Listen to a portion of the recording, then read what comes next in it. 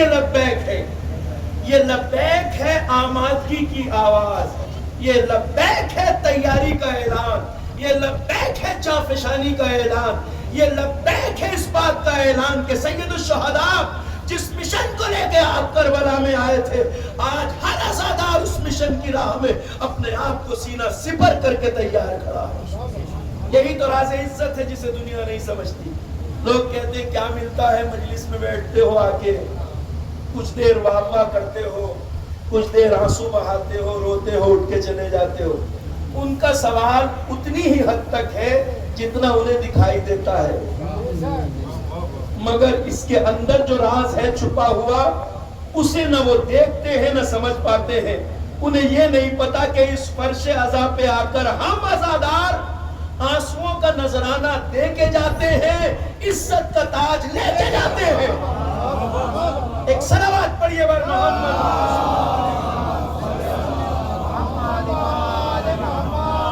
تو میں کہنے یہ جا رہا تھا کہ یہ جو نعرہ اس عزیز ترین جماعت نے لگایا، خدا سلامت رکھے، انہوں نے لگایا حسینیت زندہ باد، یزیدیت مردہ باد۔ آپ کو یہ جان کے تعجب ہوگا، اگرچہ میں اس موضوع کی طرف نہیں جانا چاہتا تھا، مگر اس نعرے کی وجہ سے ہمارے ممبروں پہ ایسے لوگ پہنچا دیے گئے ہیں اسی لباس میں۔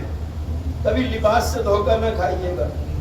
ہمارے یہاں یہ کہا گیا ہے کہ یہ مت دیکھو کون کہہ رہا ہے، یہ دیکھو کہ کیا کہہ رہا ہے۔ تو اسی لباس والے کبھی کچھ ممبر پہ آ گئے ہیں جو کہہ رہے ہیں کہ ہمیں یہ نعرہ مجلس میں پسند نہیں ہے، حسینیت زندہ باد اور یزیدیت مردہ باد۔ اس نعرے کو مجلس میں مت لگایا کرو، وہ نوجوانوں سے منع کرتے ہیں۔ کیوں کرتے ہیں؟ کہتے ہیں کیونکہ اس نعرے سے سیاست کی بو آتی ہے۔ اللہ اکبر، تم غلط نہیں کہہ رہے ہو، صحیح کہہ رہے ہو۔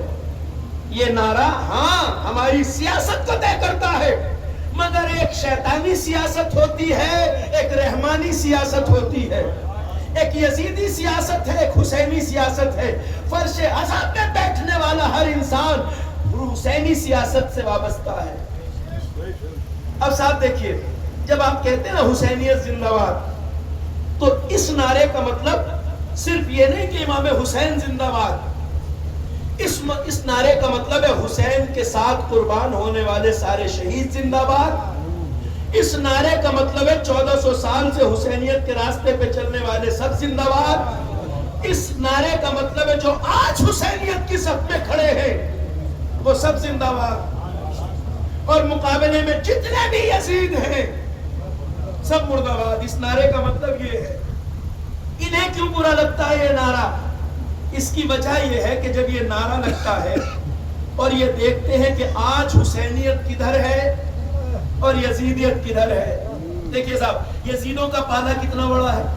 یزیدوں کا پالا اتنا بڑا ہے کہ اس میں پورا امریکہ ہے، سارا یورپ ہے، اسرائیل ہے، اسی پالے میں عرب کے یہ بے غیرت حاکم ہے، 56 ملکوں کے جو سربراہ ہے، یہ سب اسی یزیدیت کے۔ کتنا بڑا ہے؟ مقابلے میں ایک چھوٹی سی قوم ہے یا نہیں؟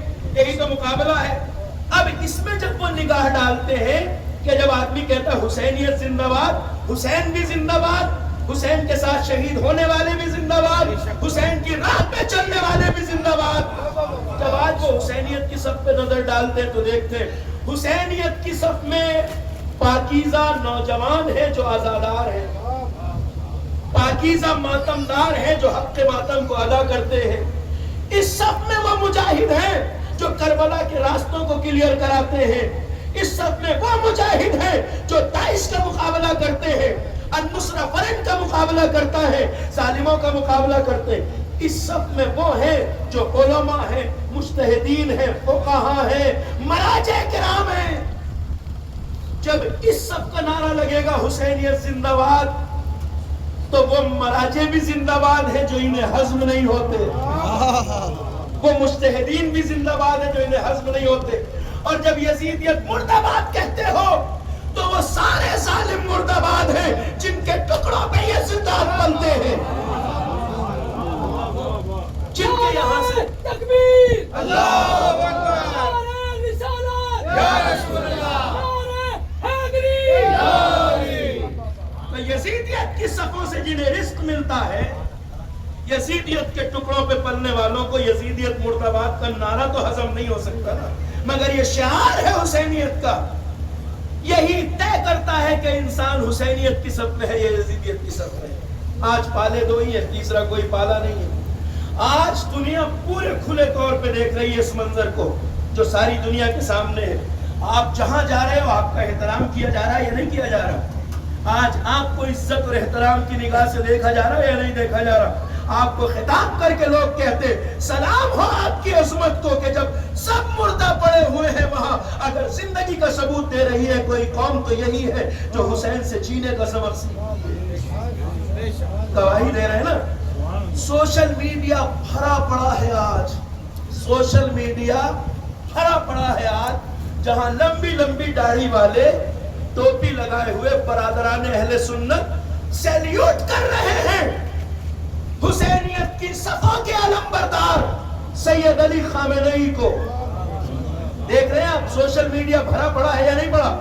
اور اب جب یہ منظر ہے تو ان دنوں ہمیں بھی توجہ رکھنا ہوگی۔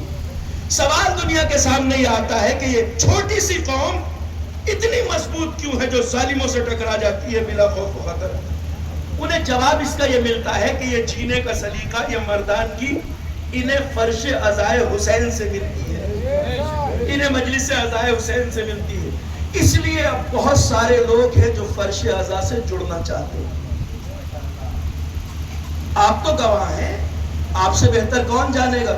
یہ اربعین جس میں کروڑوں لوگ کربلا کی طرف جا رہے ہوتے ہیں نجف سے کربلا تک، آپ تو جانتے ہیں اس میں سارے جانے والے شیعہ نہیں ہیں، اس میں برادران اہل سنت بھی ہیں، اس میں مجوسی بھی ہیں، اس میں یہودی بھی ہیں، اس میں عیسائی بھی ہیں۔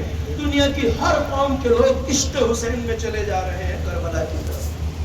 اس کا مطلب یہ ہے کہ اب دنیا متوجہ ہو رہی ہے اور علامہ اقبال کے اس شعر کو تعبیر مل رہی ہے، انسان کو بیدار تو ہو لینے دو، ہر قوم پکارے گی ہمارے حسین۔